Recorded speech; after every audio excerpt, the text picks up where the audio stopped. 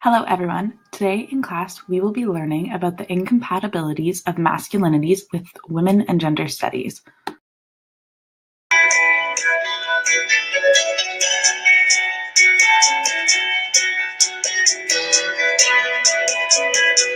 It's a personal encounter in which I experienced resentment from an acquaintance for taking a gender studies course that prompted our group to pursue this topic.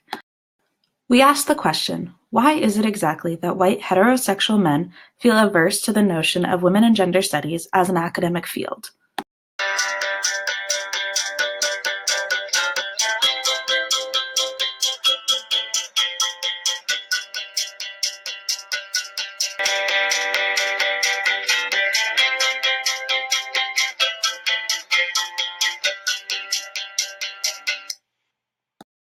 According to Butler, we are always oriented in an already familiar world, so we do not notice orientation until we feel disoriented.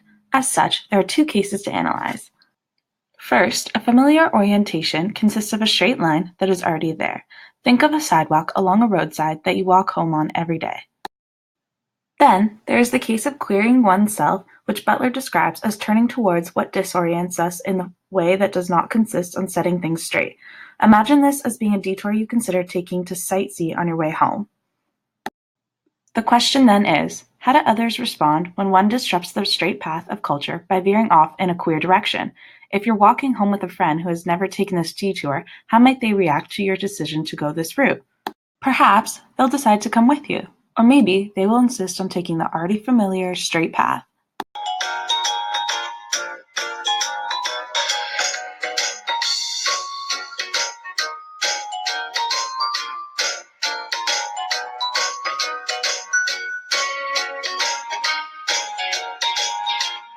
From these three scenarios, Landrell finds that what queer masculinity is a matter of context and politics, knowing in a given circumstances what is at stake and who is involved. As well, he finds that the circumstances in which we decide to disinherit or queer masculinity is emotionally and psychologically complex.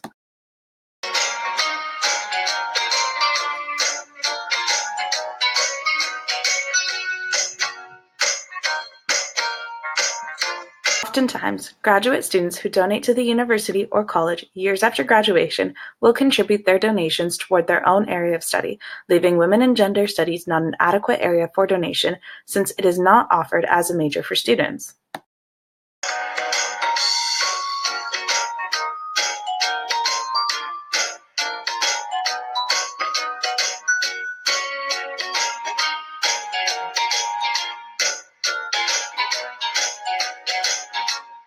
An abundant amount of research claims that the decline in males enrolling in women and gender studies within post-secondary classes is due to the fact that these classes do not seem appealing to males, as they feel as though they will be personally attacked if enrolled in them.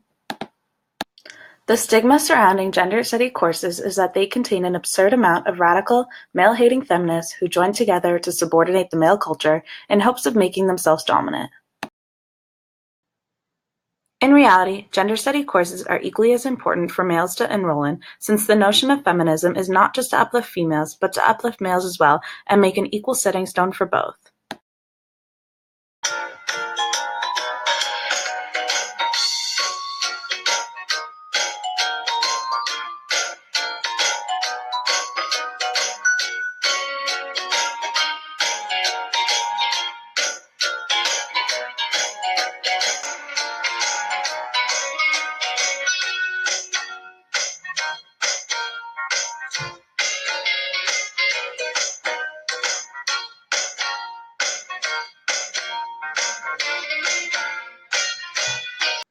Oftentimes, there's a stigma surrounding men who are or who support feminists.